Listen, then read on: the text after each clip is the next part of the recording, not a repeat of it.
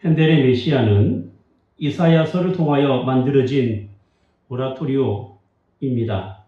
특히 40장 1절에 있는 내 백성을 위로하라 라는 그 말은 극심한 어려움을 겪고 있었던 현대에게 있어서 메시아라는 대국을 만들 수 있는 큰 계기가 된 구절이기도 합니다. 초창기 잘 나가던 현대에게 어려움이 닥쳐왔을 때 그는 흥행에 실패한 오페라와 수익이 나지 않아 빚에 시달려야 했고, 육체로는 뇌졸중에다가 오른손이 마비 증세가 나와 작곡가로서 곡을 쓸 수 없는 지경에 이르게 되었습니다. 하지만 그에게 한 줄기 빛이 비추어지게 되는데 바로 내 백성을 위로하라는 첫 구절이었습니다. 핸델은 극도의 우울과 외로움에 빠져 있을 때 가장 친한 신앙의 친구로부터 대본을 받게 되었고, 그 대본에 있는 내 백성을 위로하라 라는 말씀은 지치고 힘든 상황에서 작곡에 몰두할 수 있는 계기가 되었습니다. 그래서 만든 작품이 그 유명한 메시아였고, 핸델은 260쪽 분량의 메시아를 단 24일 만에 만들 수 있게 된 것입니다. 우리가 10주 동안 마지막 시대에 처한 교회 사명에 대해서 잠시 생각해 봤는데, 이제 이번 주부터 다시 이사야를 시작하도록 하겠습니다. 이사야는 총 66장으로 이루어져 있는데 39장까지는 하나님께서 약속하시는 내용으로 이루어져 있고 40장부터는 그 약속이 실현되리라는 내용으로 이루어져 있습니다. 이것은 오실 메시아에 대한 약속인 구약과 예수 그리스도의 오심으로써 그 약속이 성취가 된 신약과 그 맥을 같이 하고 있습니다. 그래서 이사야가 작은 성경이라고 할 만큼 예언과 그 성취의 내용을 잘 담고 있습니다. 그러다 보니 예수 그리스도께서 구약에 예언된 메시아로 설명하고자 복음서에서 이사야서를 자주 언급하고 있으며 사도들도 이사야의 내용을 자주 사용하고 있기도 합니다. 오늘부터 시작할 이사야 40장부터는 앞서 언급한 것처럼 하나님의 약속에 따른 예언의 성취의 성격을 잘 띠고 있습니다. 특히 오늘 말씀에 등장하는 예언의 말씀은 예수님의 앞길을 준비하는 세례 요한의 고백이 되기도 합니다. 먼저 1절 말씀을 보도록 하겠습니다. 너희의 하나님이 이르시되 너희는 위로하라, 내 백성을 위로하라. 이사야 40장은 위로하라 라는 반복적인 말로 시작하고 있습니다. 이스라엘 백성들을 위로하라는 것은 지금 이스라엘이 처한 상황에서 위로받게 된다라는 뜻이죠. 그러면 과연 이스라엘 백성이 처한 상황이 무엇이냐 할 때 2절에 보니까 그 상황을 이렇게 설명합니다. 너희는 예루살렘의 마음에 닿도록 말하며 그것에게 외치라. 그 노역의 때가 끝났고 그 죄악이 사함을 받았느니라. 그의 모든 죄로 말미암아 여호와의 손에서 벌을 배나 받았느니라 할지니라 하시니라. 노역의 때가 끝났다라는 말이고, 이스라엘이 받는 노역은 바벨론에 끌려가 포로로 살아왔던 그 상황입니다. 그러니까 포로로 끌려갔던 상황이 이제 끝났다는 것이죠. 그러므로 포로에서 해방되었다라는 사실로 위로하라는 그 이야기가 되는 것입니다. 이스라엘이 범죄함으로 인한 하나님의 심판이 그들의 포로 생활이었는데 이제는 해방이 된 것으로 위로하라는 것입니다. 자, 그런데 이사야 40장 전인 39장의 배경은 히스기야 왕 때였습니다. 아수르의 침공 때 병이 나아지기를 구했던 왕의 기도가 아수르 군대를 전멸시켰을 뿐만 아니라 왕은 15년이라는 생명을 연장받을 수 있었지요.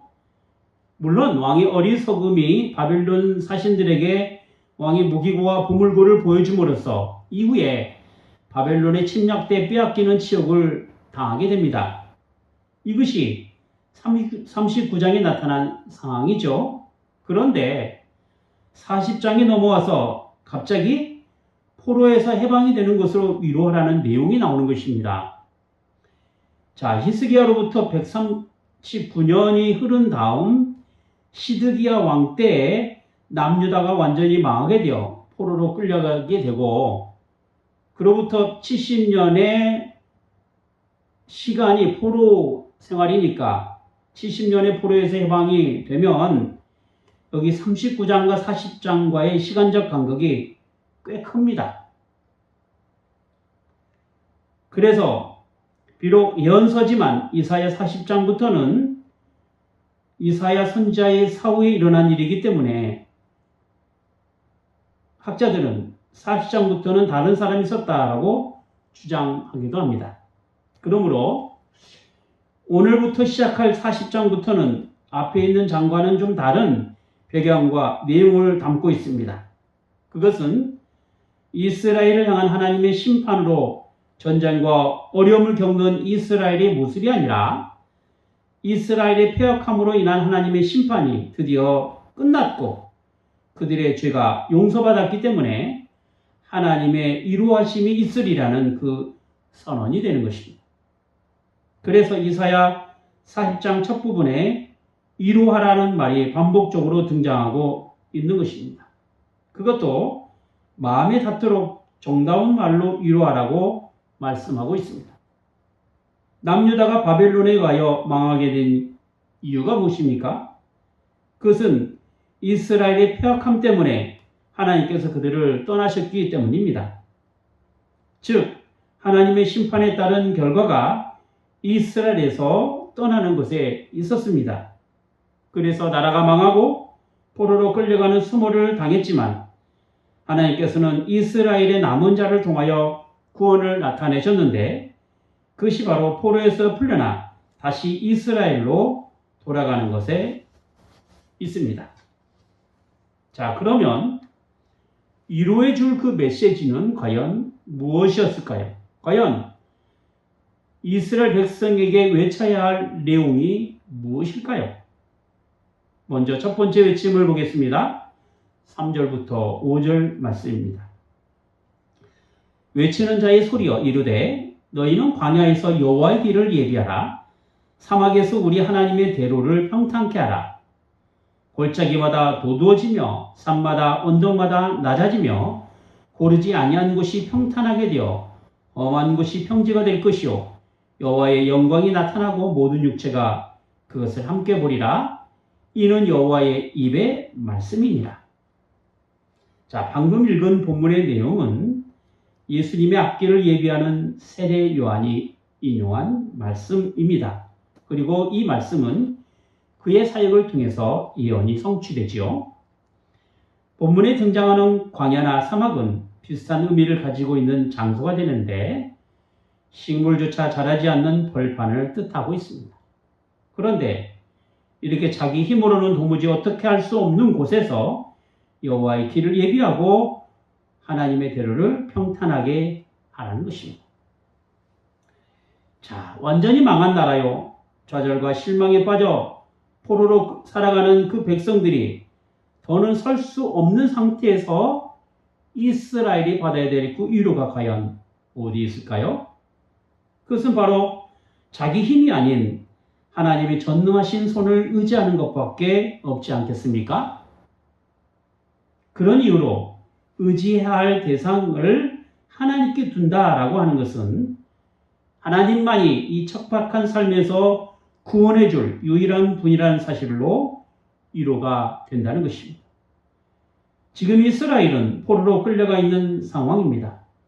이스라엘 백성들이 남의 나라에서 나라 잃은 서름을 당하고 있다는 것은 단순히 주권을 뺏기고 자기 땅에 살지 못하는 문제만이 아닙니다. 하나님께서 이스라엘을 통해서 약속하신 그 모든 구원의 약속이 더는 존재하지 않게 된다라는 걸 의미합니다. 하나님으로부터 택하신 족속이요, 제사장 나라요, 거룩한 나라요, 소유된 백성이라는 이 놀라운 복의 의미가 없게 된 것입니다. 그저 하나님께서 버리시고 함께하지 않으시는 하나님 없는 나라가 된 것이지요.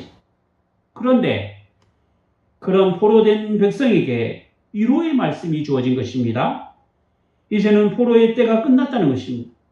그래서 그들은 하나님의 약속이 있는 땅인 고향으로 돌아오게 된다는 것이죠. 그리고 그들이 돌아오게 되는 길에 골짜기가 메워진다고 했습니다. 작은 산이 낮아진다고 했습니다. 굽은 것이 곱게 되고 험한 길이 평탄해진다고 했습니다. 그래서 광야에서 하나님께서 허락하신 길을 준비하고 그 길을 평탄하게 하라는 것이죠. 이스라엘이 하나님께 지은 죄로 말미암아 겪어야만 했던 그 절망과 파멸과 좌절 가운데서 하나님께서 허락하신 그 구원의 길을 걸어가게 된 것입니다. 이것이 바로 포로로 끌려가 있는 이스라엘 백성들에게 있어서 큰 위로의 말씀이 된 것입니다. 세례 요한이 예수님을 어린 양으로 소개한 것은 죄의 포로로 끌려가는 죽을 인생이요 광야 같은 길을 가는 소망 없는 인생을 위하여 십자가의 죽으심으로 우리를 구원해 주시는 그 하나님의 위로가 되게 하기 위함이었던 것입니다. 이스라엘이 하나님의 구원을 생각할 때 가장 큰 구원이라고 생각한 것이 무엇이었을까요? 그것은 바로 민족이 해방된 날이자 가장 큰 구원을 경험한 출애굽 사건 아니겠습니까? 출애굽은 이스라엘이 고통 가운데 있을 때 하나님께서 그 고통의 소리를 들으시고 이스라엘과 맺은 언약을 기억하셔서 모세를 통하여 그 고통에서 해방된 그 구원의 사건입니다. 출애굽기 2장 24절과 25절 말씀 보겠습니다. 하나님이 그들의 고통 소리를 들으시고 하나님이 아브라함과 이삭과 야곱에게 세운 그 언약을 기억하사 하나님이 이스라엘 자손을 돌보셨고 하나님이 그들을 기억하셨더라. 하나님께서는 이스라엘과 맺은 언약을 통하여 그들의 하나님이 되신 것입니다. 그래서 하나님께서는 그 언약을 이루시기 위하여 그의 택한 백성들을 약속의 땅인 가나안으로 인도하신 것입니다. 애굽에 종살이하던 곳에서 떠나 가나안 땅으로 가게 된 것은 이스라엘을 구원하시기 위한 하나님의 은혜가 되는 것이죠. 포로에서 풀려나오게 된 것도 이런 압제와 핍박 가운데 있는 이스라엘을 구원하시기 위한 하나님의 일하심입니다. 어쩌면 제2의 출애굽이라고 할 수 있을 만한 구원의 사건이 되는 것이죠. 그런데 출애굽 사건이나 포로에서 해방된 것이나 이스라엘로 볼 때는 다른 나라에서 종살이하며 포로 생활을 할 수밖에 없었던 그 최악의 상황이었습니다. 좌절과 절망 가운데 있는 이스라엘 향한 그 하나님의 구원은 언제나 강하신 손과 편팔로 인도하시는 하나님의 능력이 있는 것이죠. 우리가 단순히 무엇을 잘해서 그리고 어떤 좋아지는 상황 때문에 받는 그 위로가 아닙니다. 그런 위로는 세상에서 오는 위로가 될 수 있습니다. 하지만 그것이 진정한 하나님의 위로는 아닌 것이죠. 우리의 진정한 위로는 죄 때문에 죽을 가장 비참한 상황에서 얹어주시는 하나님의 구원입니다. 하나님을 떠나 더 이상 살아갈 의미가 없고 바라볼 소망이 없을 때 우리에게 다시 찾아와 예수 그리스도를 통한 하나님의 복음으로 삶의 의미와 소망을 갖게 하는 것입니다. 하델베르그 요리문답 제1문에서 살아서나 죽어서나 당신의 유일한 위로가 무엇이냐라고 물었을 때 이렇게 답을 했지요. 내가 나 자신의 것이 아니라 몸과 영혼이 살아서나 죽어서나 나의 신실하신 구주 예수 그리스도께 속해 있다라는 것이고 그 예수 그리스도께서는 그분의 보배로운 피로 나의 모든 죄값을 완전히 치르셨으며 마귀의 모든 권세로부터 나를 자유롭게 하셨습니다. 그뿐만 아니라 예수 그리스도께서는 하늘에 계신 나의 아버지 뜻이 없이는 나의 머리털 하나도 떨어질 수 없게 하시는 방법으로 나를 보호하시며 참으로 모든 일이 나의 구원을 위하여 협력하게 하신다는 겁니다. 그러므로 우리는 예수 그리스도께서 그분의 성령으로 나에게 영원한 생명을 보증하시기 때문에 우리는 전심으로 기꺼이 그리고 이제부터 곧바로 주님을 위하여 살게 하신다라는 것으로 고백합니다. 우리가 예수님께 속하여 하나님의 구원 안에 있다라는 그 사실이 우리가 받는 유일한 위로가 되는 것입니다. 자, 포로가 된 이스라엘 백성들에게 외칠 또 다른 위로의 말씀이 있습니다. 6절부터 8절까지의 말씀을 보겠습니다. 말하는 자의 소리여 이르되 외치라. 대답하되 내가 무엇이라 외치리까 하니 이르되 모든 육체는 풀이요 그 모든 아름다움은 들의 꽃과 같으니 풀은 마르고 꽃이 시듬은 여호와의 기운이 그 위에 붐이라. 이 백성은 실로 풀이로다. 풀은 마르고 꽃은 시드나 우리 하나님의 말씀은 영원히 서리라 하라. 익숙하게 많이 듣던 말씀인데요.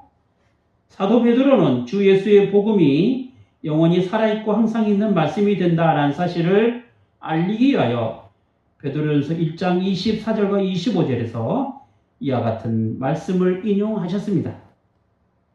자, 여기서 이 백성은 바벨론을 상징하고 있죠.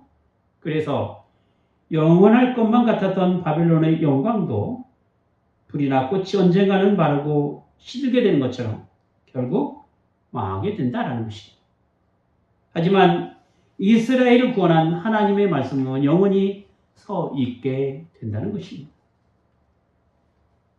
이스라엘이 포로에서 해방되기 위해서는 바벨론이 망해야 합니다. 이스라엘을 괴롭히던 주변 강대국들은 애굽, 아수르, 바벨론이었습니다. 그리고 그런 나라들에 의하여 이스라엘은 붙잡혀 가기도 했으며 포로가 되었던 것이죠.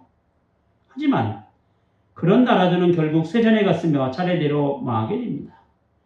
영원히 영광을 누릴 것만 같았던 그 큰 나라가 망하게 된 것은 오직 이스라엘을 구원하고자 하신 하나님의 계획에 들어가 있는 것이죠. 본문 7절에는 생생한 풀과 같고 아름다운 꽃과 같은 나라가 마르고 시들게 되었다라고 할 때 그렇게 된 것은 여호와의 기운이 그 위에 불미라 라고 이렇게 표현하고 있습니다. 하나님께서 이스라엘을 구원하시기 위하여 큰 나라를 망하게 하심으로써 결국에 이 세상은 영원하지 못하다라는 이 분명한 사실과 그럼에도 하나님의 말씀은 영원히 서 있게 됨을 알려주고 있는 것입니다. 이것이 바로 바벨론이라는 큰 나라에서 포로로 끌려가 있는 이스라엘에게 커다란 위로의 말씀이 되는 것 아니겠습니까?